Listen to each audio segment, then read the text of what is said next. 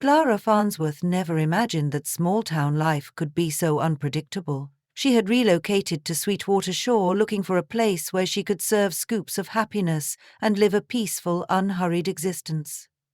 Nestled on the mouth of the Sweetwater River that met the Atlantic, the town boasted colourful Victorian houses, a cosy harbour dotted with fishing boats, and a tight-knit community that generally knew everyone else's business. For Clara, it was the perfect spot to open her dream ice cream shop, Sweet Scoops. Even when the shop was only half finished, curious locals poked their heads in, offering her hand-me-down ice cream makers or antique spoons, and volunteering stories about Sweetwater Shore's past. She liked how Sweetwater Shore's past here, both literally and figuratively. It was a place where you never locked your front door and your neighbor would pop by unannounced with a batch of fresh-baked scones. On Wednesday mornings, Clara had a tradition of coming in early to bake waffle cones and test new flavor experiments before opening. The warm, sugary aroma filled the shop, drifting out to the sidewalk.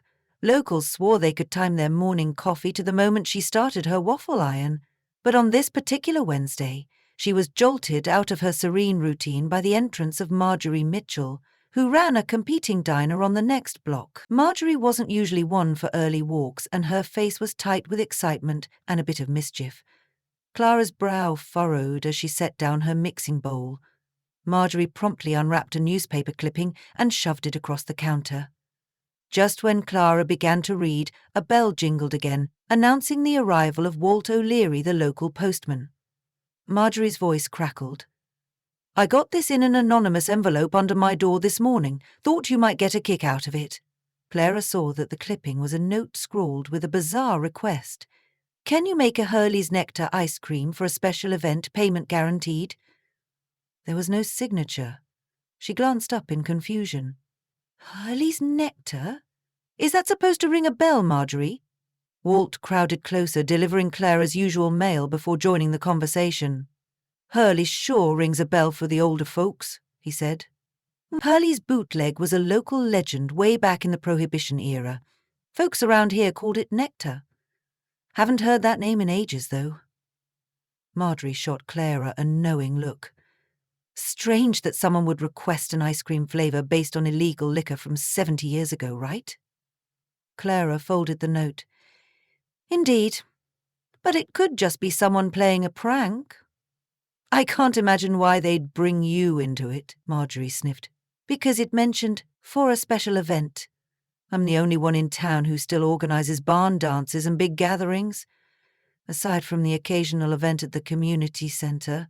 Whoever wrote this must assume I could track them down, a caterer or something." She shrugged. "That's enough for me. I've got prepping to do for my diner anyway. Good luck figuring it out, Clara." With that, Marjorie gave a polite wave and left, leaving a swirl of questions behind. Clara thanked Walt, who ambled off to continue his route, and stood in her shop contemplating the note.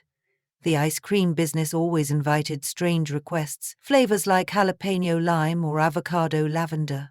But referencing a long-forgotten Prohibition-era liquor was new. With a shrug, she went back to baking, but the note wouldn't leave her mind. By lunchtime, she decided to dig into the local lore. And to investigate, Clara knew where to start. The Sweetwater Shore Historical Society, a dusty archive in the basement of the old town hall. There she often borrowed inspiration for flavor names tied to local events like her Sandy Dune Delish, referencing a local beach, and Maple Tides, paying homage to the old attempt to cultivate maple trees along the shore. Now she would probe for anything about Hurley's Bootleg. She parked her bicycle outside and entered the dim basement lit by flickering fluorescent bulbs. A petite older woman with a frizz of grey hair sat at a desk stacked with research binders. "Hello, Miss Morgan," Clara said, greeting the archivist, who was well known for her exhaustive knowledge of Sweetwater's history. "I'm on a quest for Prohibition-era stories, specifically something called Hurley's Nectar or Hurley's Bootleg. Ring a bell?" Lulie Morgan looked up. "Certainly does. That's from the old Hurley family who used to own farmland in the hills. Legend says they brewed the smoothest corn liquor in the county, surprised it never left the region. Their product was rumored to be as clear as water but sweet as candy, with a hint of citrus. Most folks said it was the best tasting, but also the strongest around. Sounds like it'd pair interestingly with ice cream, Clara joked. To each their own, Luli said, arching an eyebrow. They say the family kept the recipe top secret, passed down in a battered notebook. Some claim that notebook was lost or stolen decades ago. If you believe local gossip, half the folks here think it's hidden in an attic or sealed in a barn wall. Clara's mind whirled. Is it possible that someone found the recipe? It might explain why they're looking to incorporate it into an ice cream flavor. Luli said, flipping through an index card box. The last official record I have of the Hurley family is from 1950, when Thomas Hurley passed away. His widow sold the land and the children scattered. There were rumors that one child stayed around under a different name, but no solid proof. She opened a folder, scanning notes. Not sure if this helps, but there's mention of a hidden cellar on the property. Some explorers think it was a big stash. With a grateful nod, Clara gathered a few photocopies. This actually is helpful. I appreciate it. As she turned to leave, Luli called after her. If you're truly investigating a mystery, you better talk to old Mr. Farnham out by the orchard. He's been around forever. If anyone has stories or leads, it might be him. Clara promised to do just that. The archivist's words echoed in her mind. The family recipe for bootleg, so revered that it was rumored stolen. If someone wanted to replicate that flavor for ice cream, it suggested that maybe the recipe had resurfaced. She wondered who stood behind the request and what event they planned to host. More angles appeared by the minute, and none of them looked straightforward. Yet, as a small-town business owner, Clara was used to pulling threads to find the truth, whether that was sorting out who left a rambunctious kitten in her shop, or discovering whose birthday party was in secret planning. This puzzle felt more serious. After all, it involved an illegal past, stolen documents, and possibly a hidden scheme. But that only made her more curious. Clara closed up the shop early that afternoon and biked out to Farnham's orchard, half a mile inland. The orchard was known for its heritage apples, sweet and crisp, perfect for late summer pies. She found Doug Farnham, 85 if he was a day, arranging baskets of produce. His old flannel-clad body seemed at home among the trees, the breeze tugging at his suspenders. "Afternoon, Mr. Farnham," Clara called softly, not wanting to startle him. He turned, beamed, and waved. "Well, if it isn't my favorite ice cream gal. Need some apples for an autumn flavor?" "Perhaps," she said with a grin, "but I'm actually here to ask about Hurley's bootleg." She hooked her thumbs in her apron straps. "I hear it's a local legend. Someone anonymously requested an ice cream flavor based on it, and I'm trying to figure out why." Doug Farnham's eyes gleamed with interest. "Hurley's bootleg. Now that's a tale. My father used to say it was the best corn liquor he ever tasted, though he only got to sample it once, at some hush-hush barn party." The word was, the Hurley parents were fiercely protective of the formula. The rumor was they stored instructions in some code inside a battered recipe book. At least, that's what the older folks said. Then the Depression hit, and the family scattered. Some believed one of the Hurley kids tried to keep the operation going, but they disappeared too. That recipe's never come to light, or if it did, folks kept it under wraps. "Why code it?" Clara asked, fascinated. "Oh, they wanted to keep the law off their trail and also protect their own enterprise. It was a gold mine during Prohibition. If there was a leak, they'd be ruined, financially and legally." He set down an apple crate. "You know, I heard a story that an out-of-towner once came sniffing for that recipe. Claimed he was a writer, doing historical research. Then there were rumors he tried to pay people off or rummage through old barns. Didn't end well for him. Someone confronted him, and he left abruptly."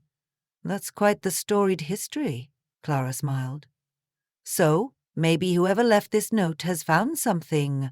Or They want me to help them decode a recipe, or they might be up to no good. Farnham shrugged. Watch your back. Clara hopped back on her bike, unsettled. If this was indeed about rediscovering Hurley's bootleg, she might be stepping into territory that was more complicated and perhaps more valuable than she realized. Clara. Yes, Mum. After the dinner rush died down, Clara was cleaning up tables in sweet scoops when the door opened.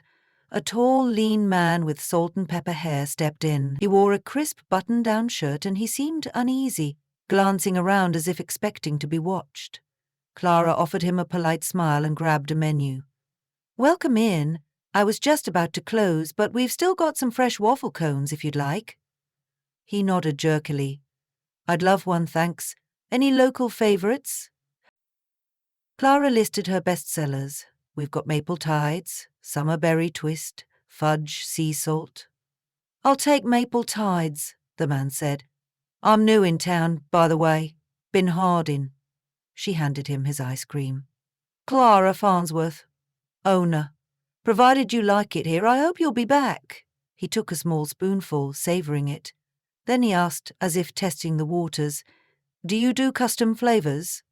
Clara's heart gave a little blip. He was the first stranger to mention that so directly. Sometimes. Depends on the request. He took another delicate bite, looking at her with an almost conspiratorial expression. I heard there's a local whiskey or moonshine called Hurley's something. Are you familiar? She decided to play it cool. I've heard rumours. Why do you ask? Ben set his spoon down. I'm something of a historical connoisseur, especially with local liquors. I'm sure you know how interesting the Prohibition era can be, he shrugged. It's just a hobby. If you ever want to experiment with a flavour featuring that local legend, I'd be interested in collaborating, perhaps around a special event. His eyes flickered. If you can help me with that, I'd make it worth your while. His words were so reminiscent of the note that Clara's pulse jumped. Interesting proposition, she said, keeping her tone neutral. But as far as I know, that liquor's no longer around. Ben gave a thin-lipped smile. Sometimes old things reappear, especially in small towns. If you decide you'd like to talk more, here's my card. He produced a sleek business card that read, Ben Harding, independent researcher with a phone number and no logo. I'd love to see how we might get creative.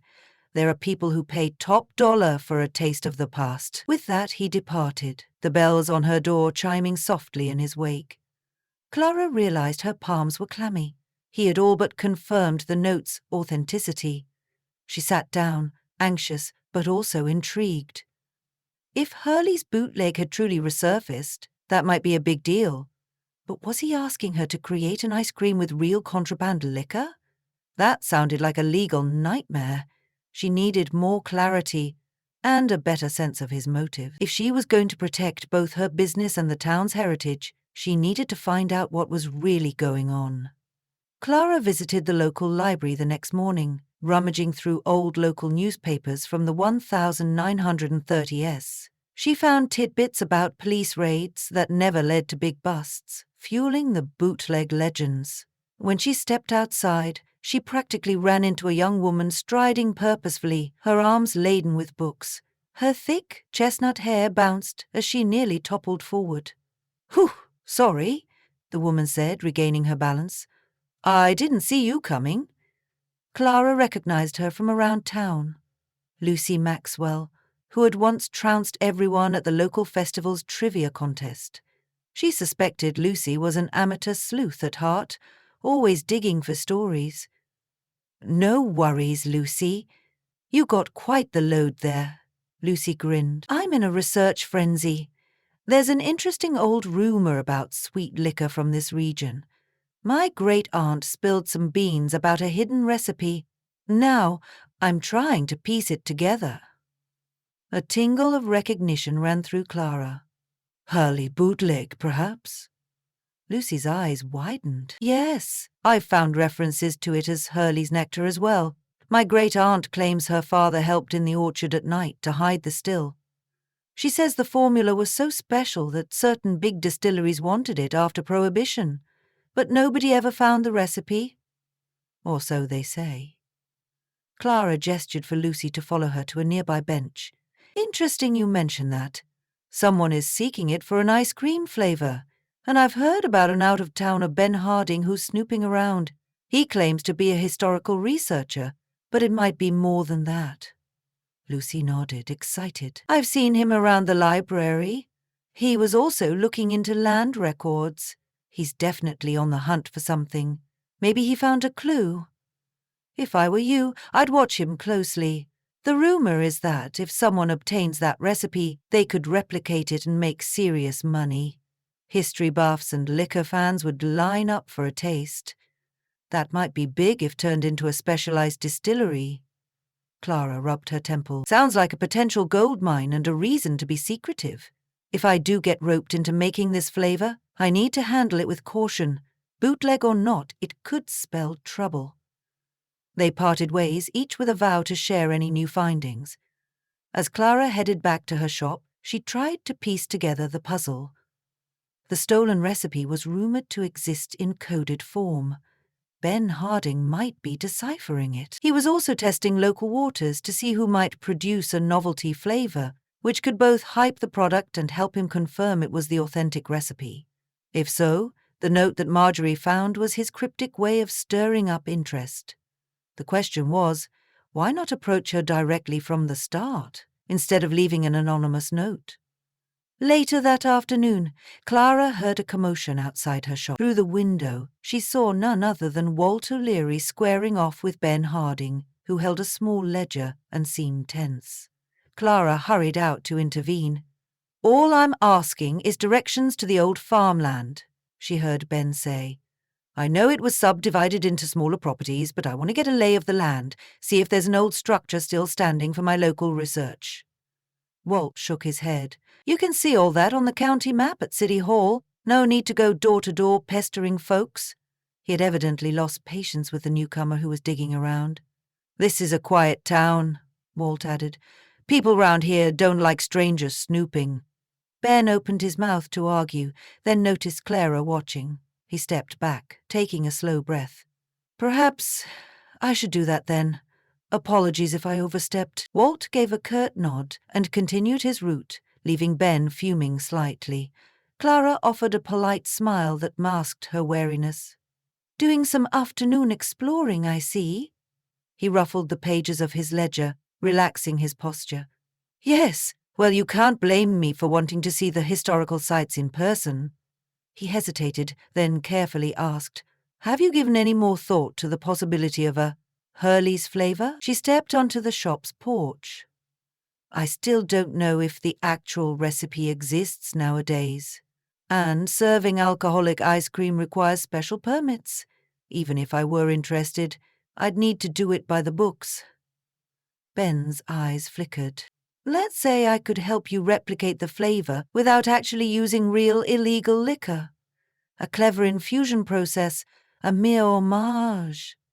We could design a custom event, maybe a tasting party. If done right, it could draw in tourism, help your business, give me a chance to showcase local history. We'd both benefit." He cleared his throat. "Of course, I'd pay you for your expertise." Clara felt a chill. He was essentially offering her a partnership in his clandestine project. "I appreciate the offer, but it's a big leap. I'd have to think it over carefully." His face tightened, but he nodded. "I understand. Know that my offer stands." Then he turned and walked away, leaving Clara uneasy. Was he truly just a harmless historian with big ambitions, or did he have unscrupulous motives? Away. A few days later, Lucy Maxwell called Clara with urgent news. "I found something. Tour the farmland with me. I managed to ask the orchard caretaker for permission to walk around the old Hurley property lines. I'll meet you at the orchard entrance at noon." Curiosity brimming, Clara met her friend in the shade of a massive oak tree. Lucy wore hiking boots, and her face glowed with excitement. She led Clara along an overgrown path that meandered behind Farnham's orchard and edged the farmland that once belonged to the Hurleys. "Check this out," Lucy said, pointing to a tumble-down stone foundation that might have belonged to a barn. The walls rose only to waist height now, blanketed with ivy. "Supposedly, an entry to the hidden cellar is somewhere around here?" The two carefully picked their way through the rubble. Clara discovered a trap-door half buried in dirt. It refused to budge when she tugged on the rusted metal ring. Lucy hurried to help, and with combined effort, they finally slid it open, revealing a set of stone steps leading down into darkness. A wave of musty air greeted them. Lucy shone her flashlight inside, illuminating an underground space about the size of a modest room. When they descended, hearts hammering, they saw rotted wooden shelves and broken glass jugs scattered on the floor. But in a corner sat a small trunk, half hidden under debris. Together they pried it open, revealing crumpling yellowed pages stacked inside. Clara held a page to Lucy's flashlight, eyes growing wide. Words scrawled across it, along with cryptic lines that looked like coded instructions. A few lines read, "Corn base, 2 parts sweet, final infusion with orchard fruit." Then some puzzling symbols. On the top edge, in bold letters, "Hurley's Nectar, Brew, 14, 1931.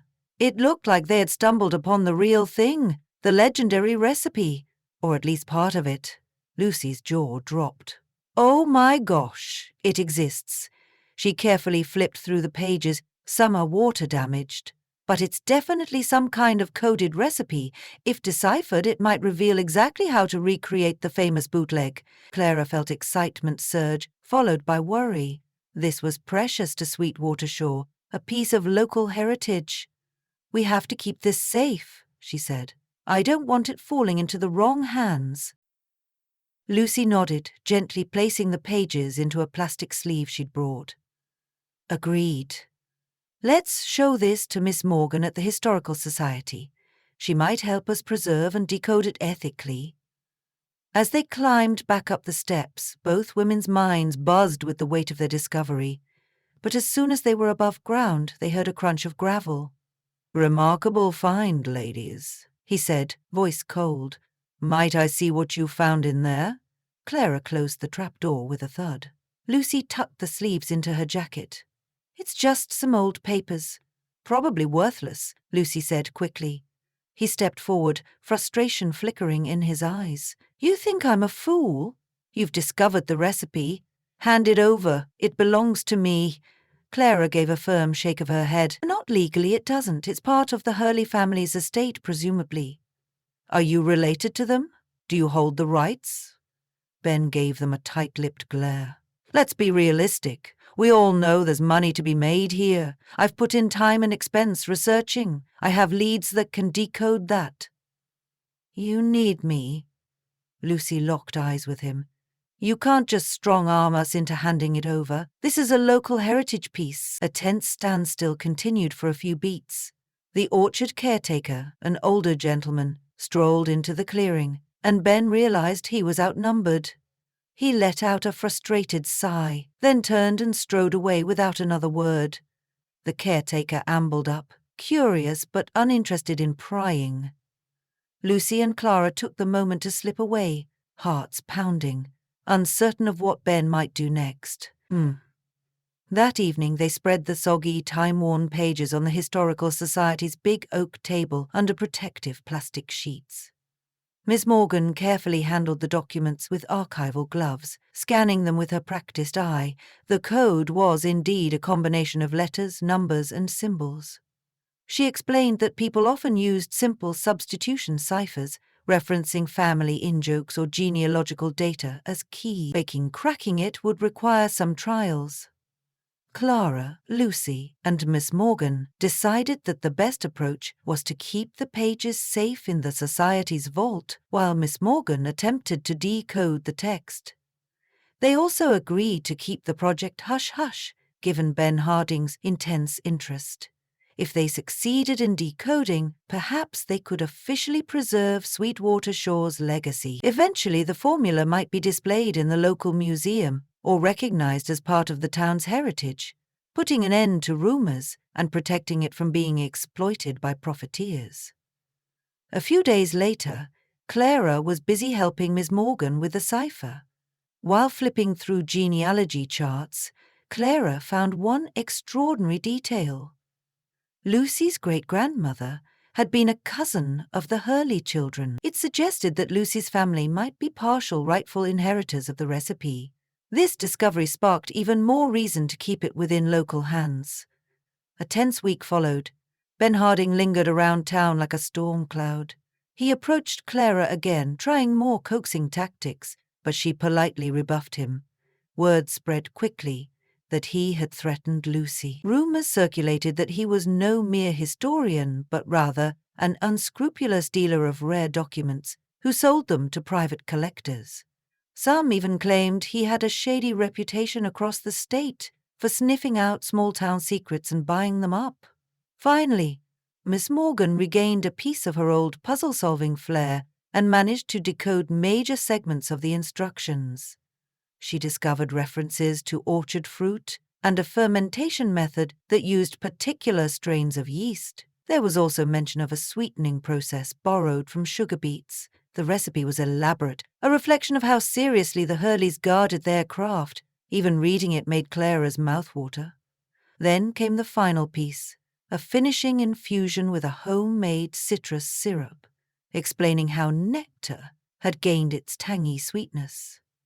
Miss Morgan carefully documented everything in a typed format while safeguarding the original papers in the archival vault. Lucy, brimming with appreciation, stepped up one evening after Miss Morgan concluded her work. "Clara, would you consider creating a symbolic ice cream flavor that captures the essence of Hurley's Bootleg? Not with real liquor, obviously, but an homage. Then we can present it at the summer festival as a tribute to local history." Clara beamed. "That's exactly something I can do if we keep it responsibly historical. We'll call it Prohibition Twist, or maybe Hurley's Secret Swirl, and it can incorporate the orchard fruit tang and a sweet boozy note from non-alcoholic flavorings. It'll celebrate the heritage without causing any legal trouble." Lucy clapped her hands. "Yes, that way it remains ours, for the community to enjoy, and unscrupulous people won't be able to exploit it." That was precisely what they did. Over the next week, Clara fiddled with recipes, carefully mixing whipped cream, orchard fruit extracts generously donated by Farnham's orchard, and a dash of toasted sugar. She layered in a swirl of a carefully crafted citrus syrup that gave the ice cream an intoxicating sweetness. When she first tasted it, she thought of hidden cellars and a hush-hush era when families risked everything to brew their fortunes. The swirl was reminiscent of old-time secrecy, but entirely legal now. On the night of the summer festival, townsfolk gathered by the harbour, lights twinkling along the shoreline. Marjorie had set up a food stall for her diner, while Lucy helped Clara display her new flavour at Sweet Scoop's booth. A big banner read, "Introducing Hurley's Secret Swirl, a taste of local legend." The lines were immediate. Everyone wanted to try the new creation. Walter Leary gave it 2 enthusiastic thumbs up. Even Miss Morgan stopped by, pronouncing it divine and historically appropriate. Laughter and conversation filled the warm summer air. Clara felt satisfaction flood through her, proud that the recipe had been honored in this gentle, community-centered manner. Ben Harding never appeared, and word had it he abruptly left town the previous day. Some said he realized the recipe was safe under the Historical Society's protection, and he wouldn't be able to buy or steal it for his own gain. In the end, his clandestine efforts had been thwarted by the close-knit unity of Sweetwater Shore.